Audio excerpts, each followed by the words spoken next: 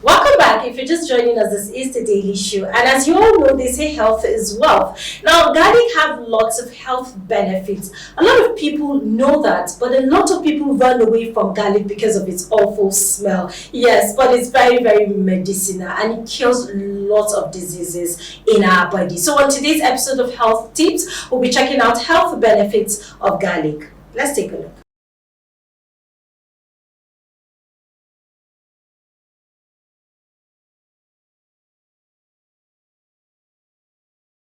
Not only is garlic a delicious aromatic that is used in cooking, but it also may boost your health. Garlic has been used as a medicine for thousands of years by the Chinese, Egyptians, Babylonians, Greeks, and Romans. Garlic has a high concentration of sulfur-containing compounds. Thiosulfonates, which include allicin, are the main active components in garlic. Garlic also contains high levels of saponins, phosphorus, potassium, sulfur, and zinc, moderate levels of selenium and vitamins A and C, low levels of calcium, magnesium, sodium, iron, and B complex vitamins. Here are the health benefits of garlic. Hardening of arteries. Heart disease is associated with high cholesterol, high blood pressure, increased platelet aggregation, and the hardening of blood vessels. Platelets stop bleeding by clothing blood vessel injuries. However, platelet aggregation also leads to blood clots, which increase the risk of heart disease. Limited evidence suggests that garlic may lower cholesterol, reduce blood pressure, relax hardened blood vessels, and prevent platelet aggregation in patients with heart disease. This is uncertain and large-scale studies are needed. Blood sugar control in diabetes. Diabetes is caused by genetics, obesity, high cholesterol, blood pressure, or blood glucose. Insulin resistance occurs when the blood no longer responds to insulin, leading to increased blood sugar levels and a high risk of developing diabetes. According to some researchers, garlic might reduce insulin resistance, blood sugar, and cholesterol levels in patients with diabetes. Some clinical studies suggest that garlic might slightly lower pre-meal blood sugar levels, particularly if taken for at least 3 months in people with diabetes. More research is also needed. Garlic reduces blood sugar levels in rats by increasing the activities of enzymes involved in the transportation of glucose in the liver, a sugar that is the body's main source of energy. Also, garlic may reduce insulin resistance by inhibiting an enzyme that breaks down drugs, ultimately disrupting insulin function by increasing oxidative stress. High blood fats.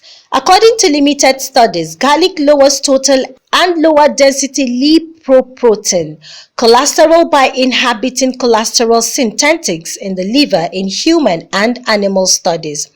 Garlic lowered cholesterol by deactivating cholesterol-producing enzymes in 70 diabetes patients. However, the evidence about garlic's cholesterol-lowering effect is mixed. High blood pressure. Garlic reduces blood pressure in patients with high blood pressure. Aged garlic extract reduces blood pressure by increasing calcium and reducing C-relative protein levels, which cause inflammation and elevated blood pressure. On the other hand, sulfur deficiency may play a role in hypertension. Allicin is a sulfur compound in garlic that lowers blood pressure by increasing hydrogen sulfide concentrations. Hydrogen sulfide relaxes blood vessels and prevents blood vessel constriction. Certain yeast infections. Small clinical trials suggest that applying a gel with garlic twice daily may improve the following yeast infections within a week: ringworm, jock itch, athlete's foot. Rebelling ticks. Garlic seems to be a promising insect repellent, but just how well it works compared to standard synthetic repellent is still unknown. In one study, people who ate a lot of garlic over 8 weeks seems to have fewer thick bites compared to others. Prostate cancer prevention. Findings on the effect of dietary garlic intake on prostate cancer prevention have been mixed. A link between higher garlic intake and lower prostate cancer risks has been suggested in Chinese men. Also, early clinical studies suggest that garlic supplements may help prevent prostate cancer. Ulcer caused by H. pylori. Raw garlic has antibacterial effect against H. pylori, the most common bacterial infection in the world, and the main cause of ulcers in human and animal studies. Allicin in garlic reacts with proteins, resulting in the habitation of pathways association with inflammation. Garlic oil soothes ulcers in rats by increasing the concentration of antioxidant enzymes and by inhibiting proteins that cause inflammation. Cancer. According to the National Center for Complementary and Integrative Health, some studies indicate that certain groups of people who eat more garlic may be less likely to develop certain cancers such as stomach and colon cancers. However, garlic in dietary supplements form has not been shown to help reduce the risk of these cancers. The National Cancer Institute recognizes garlic as one of several vegetables with potential anti-cancer properties, but does not recommend using garlic dietary supplements for cancer prevention. Breast cancer, lung cancer, stomach cancer. Researchers hypothesized that S-alimelin in garlic may suppress the growth of stomach tumors. In humans, they claimed that SAMC caused tumor cell death by activating the enzymes collapse and protein kinases. So make sure you take a lot of garlic in every meal, and you can also do supplements too.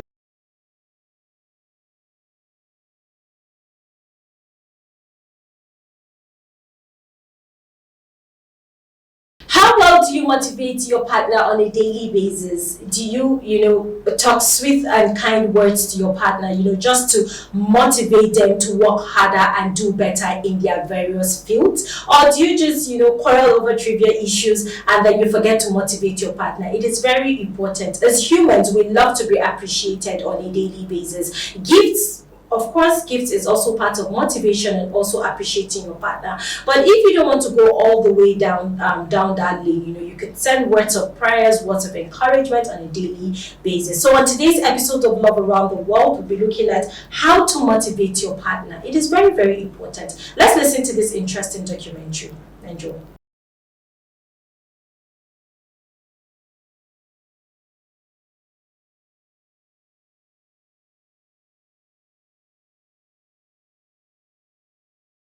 It is easy to lose spark when facing various challenges in life. Nowadays, many people feel tired and exhausted due to stress, losing job or overload. If your partner is facing hard times, then you will have a great role to support them and help find a way out. If you really love your significant other, you should do your best to boost their confidence and motivate them when they feel down. Show your love and care for them to understand that they are not alone. You should be ready to deal with nervousness because when we have problems, we usually turn emotional and lose stability. Here are tips on how to motivate your loved one to handle the situation and become strong again. Suggest small steps. Sometimes, the way to your dreams can be long and complicated. You can find the goal unachievable because of unexpected challenges and obstacles that arise along the journey. If your beloved doesn't know what to do, where to begin or how to move forward, try to suggest them to start with small steps and actions. You can share your vision of the situation and suggest a list of small steps and people who can help them overcome tough times. Give the evidence of their success. If your partner's things are not going well, try to provide an encouragement for them by offering a pep talk. You are the one who should remind them how wonderful and talented they are. You can give the example of their past accomplishments. Try to persuade them in their originality and abilities to make their dreams come true. This strategy will help you boost your partner's self-confidence and self-esteem. Find the reason. Try to determine the cause of your partner's troubles. If it is a problem, try to create a cozy atmosphere and find a suitable moment to talk to them and understand what is bothering them. When you know the reason, you can start on the emotional support instead of just criticizing and commenting that you see your beloved is changing in a bad way. Don't be importunate. When we want to help somebody, we should be careful enough not to put too much pressure on them. It is important to feel the line support and mental pressure. Your partner has the risk to get more stressed and annoyed if you bother them about something. I think no one likes pushy people, especially when you're surrounded by problems and want everyone to leave you alone. Don't praise too much. Praising your partner is one of the most significant things to motivate them to move on, but you should know when to stop. Too good isn't good too. When you are doing it all the time, they will find you insincere. Don't gush too much about their goals and accomplishments. Just remind them about their advantages from time to time in order to give them a push to live happier. Reward every attempt. It is very difficult to start doing everything new and unknown, especially if you feel despondent and depressed during the hard times. When your partner achieves some result, you should show your happiness and appreciation. Enjoyable rewards make them more enthusiastic and relentless. When they see that their efforts and actions make you happy and meet your common needs, they will get an extremely high desire and motivation to become better. It is desirable not to blame your beloved with every little detail because all your efforts to motivate them to be successful will be in vain. Find something positive in their actions. If you have given your partner an advice to do certain small steps to go through hard times, you should feel responsibility for your actions and try to notice and accentuate all the good things that result from their actions and attempt. You can find different positive moments and changes in their deeds. If they go in for sports, you can remind how strong and wonderful they look.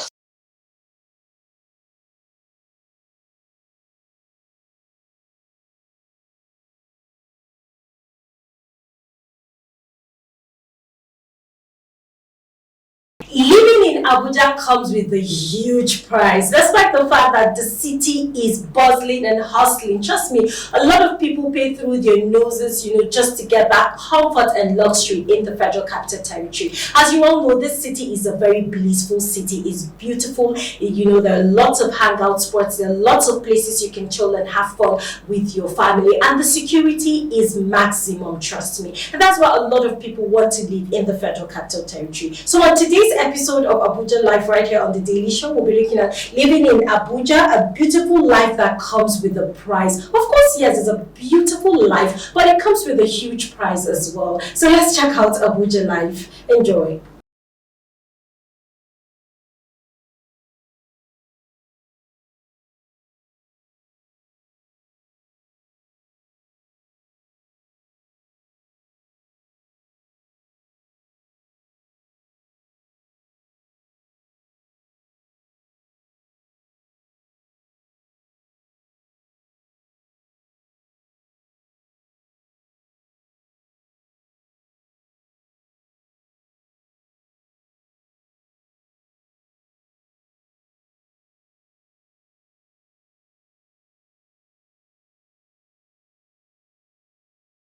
Abuja is not only known as the capital of Nigeria, but it is also notorious for being the 10th most expensive city to live in Africa and also home to some of the most expensive real estate in Nigeria.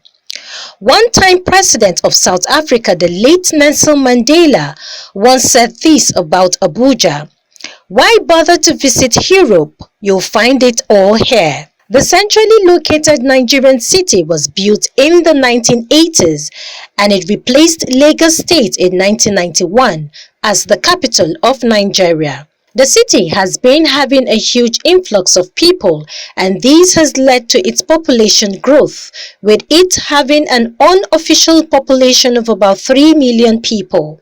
Abuja has a number of landmarks like the Aso Rock, the Presidential Complex, National Assembly, Supreme Court, Zuma Rock, Nigerian National Mosque, and the Nigerian National Christian Center. The Nnamdi Azikiwe International Airport serves as Abuja's major airport, and also most countries relocated their embassies to Abuja, and many maintain their former embassies as consultants in Lagos, the commercial capital of Nigeria.